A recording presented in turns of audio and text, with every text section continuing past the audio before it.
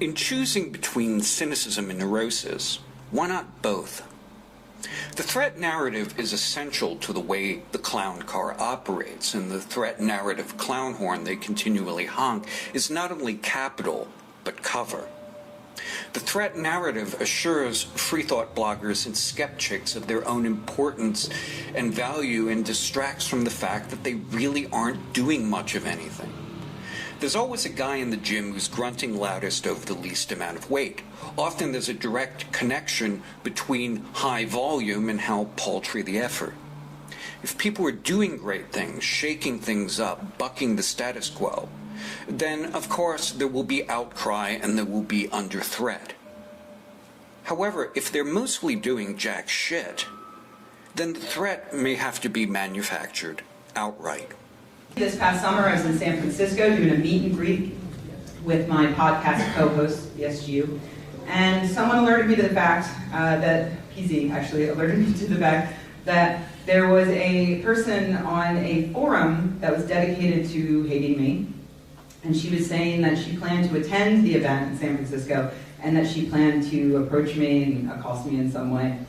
I just forwarded the information to the event organizer, and they immediately took her name off the wait list. I recently learned that another stalker of mine, a man who runs a blog and a Twitter account called Elevator Gate, lives in Florida, not too far from here. I got in touch with the humanists, and they listened to my concerns, and they said, we're going to keep you safe. We're not going to let this person in. I thought that was an awesome response, and it's the reason why I'm here. Also, this past summer, can we get a round of applause for how awesome that is? What's notable about the mastery of the threat narrative, as shown by Rebecca Watson, is that almost nothing she recounts is actually true. The forum she mentions is the Slime Pit, which originated in no small part due to Greg Layden's doxing and harassing of Abby Smith. To say the Slime Pit is dedicated to hating Rebecca Watson is like saying the sole purpose of the Gay and Lesbian Alliance is to piss off Fred Phelps. The person who runs the site Elevator Gate doesn't live in Florida. In fact, he's a resident of the UK and had no intention of attending the conference. As Watson was giving this talk in Florida, the fictional threat narrative is constructed to give the impression she is in imminent danger. The other person mentioned had no intention of accosting Watson unless ignoring Watson can be considered a form of assault, which to Watson it probably is. The person wasn't prevented from attending the conference and, in fact, was allowed to register under a pseudonym to protect her from Watson, who seems blissfully unaware of how little the people she works with think of her. The real danger in Watson's use of the clown horn threat narrative is that its limited success when presented to people who don't know any better but perhaps should has spawned a series of incompetent imitators. In this case, a weak-minded knockoff like Melody Hensley, as deconstructed here by the Woolly Bumblebee.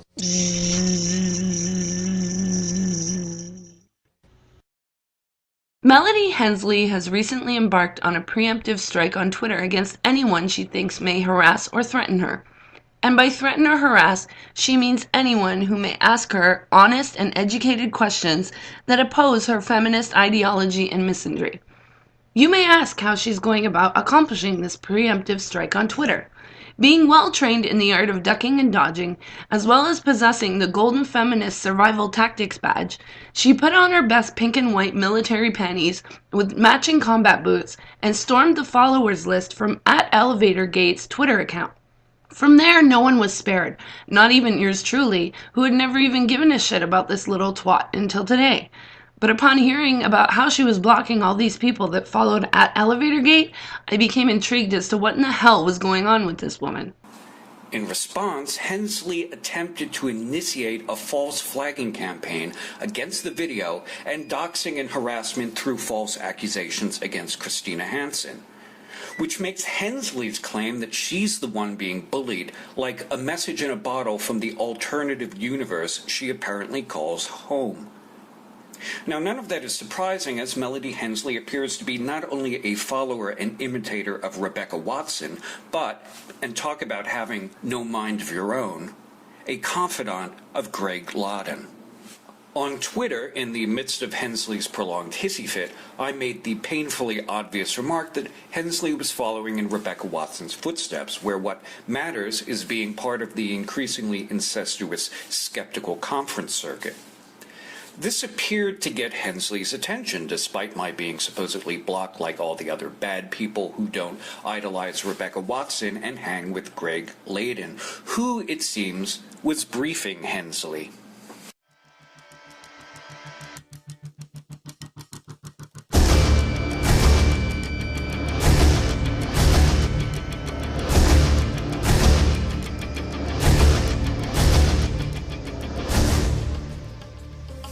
As Melody Hensley decided to be familiar with me on a Greg Layden and/or Ophelia Benson-approved first-name basis, I decided to be familiar right back.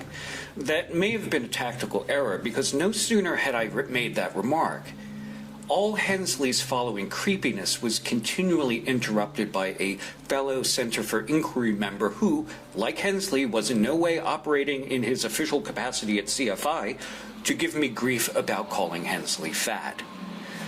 Later, Hensley claimed that she gained weight while being sick and bedridden for 3 months.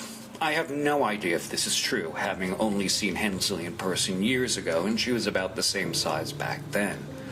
Also, when I lived in Arizona, I got a bad case of giardia from the water we had to have delivered to a 3,500-gallon tank.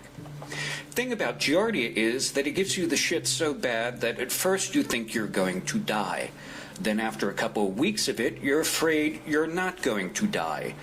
I lost 20 pounds during the months it took for that to taper off, and only missed a couple of days of work. So actually having the luxury of being laid up for 3 months is something well outside of my privileged experience.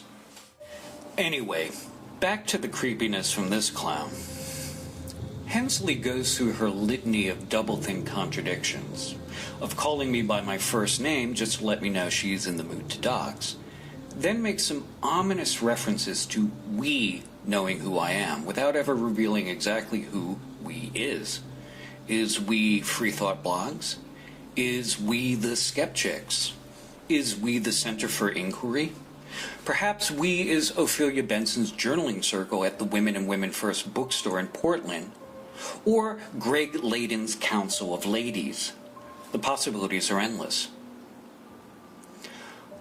All the time, Melody Hensley, reading from the Clown Car Manual, claims I'm stalking her on Twitter after she supposedly blocked me and everyone associated with Elevatorgate.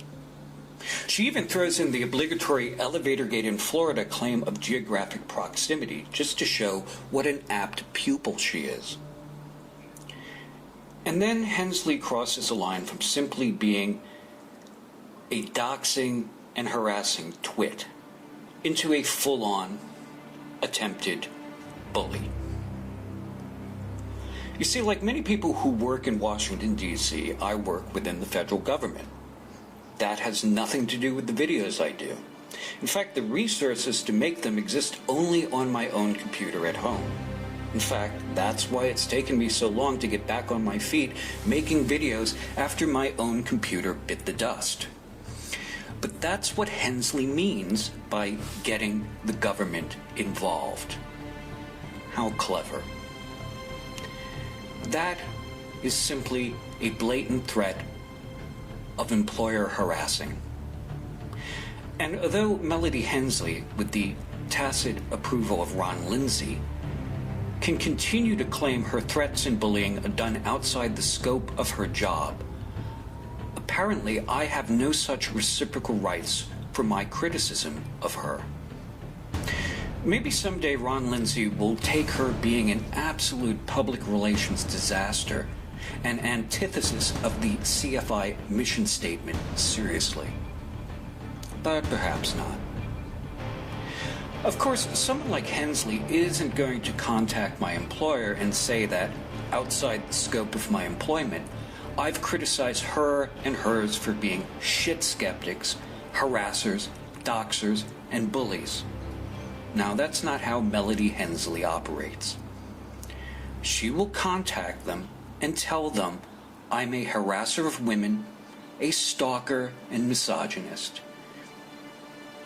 Maybe a violent threat.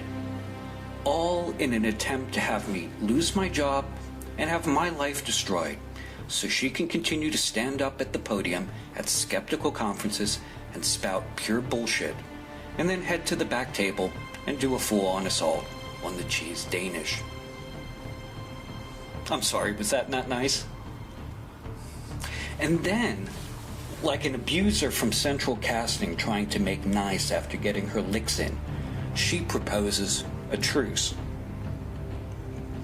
Does she mean a truce like with Justin Bakula, who she's still actively trying to prevent from attending the Women in Secularism conference through smears and innuendo, even though it's the stupidest, most petty thing she could do? Does she mean like the truce with the anti-vaxxer she prevented from attending a CFI talk because he made her feel uncomfortable? That kind of truce? But here's where it really gets weird. After Hensley did her doxing and threats, I answered her with this unequivocal response. She responded with this bright and chirpy little happy asshole response, which shows that she's not quite ready to drive the clown car all by herself. Luckily, help was at hand. After she and Greg Layden made their Twitter accounts private, apparently belatedly realizing that people can read their tweets while they're plotting, Melody Hensley reemerged hours later to give me this tweet after I had already told her goodbye. Well, she's still learning. The question is, will Hensley or any of them make good on their threats? Well, after this video, definitely. Hensley, all of them in fact, are so petty and their egos so fragile that they can only abide unquestioning acceptance of their dogmatism, demand respect they haven't earned, and if earned, subsequently squandered, and on a good day might accept at bare minimum the tacit approval of silence. Criticism and consequences?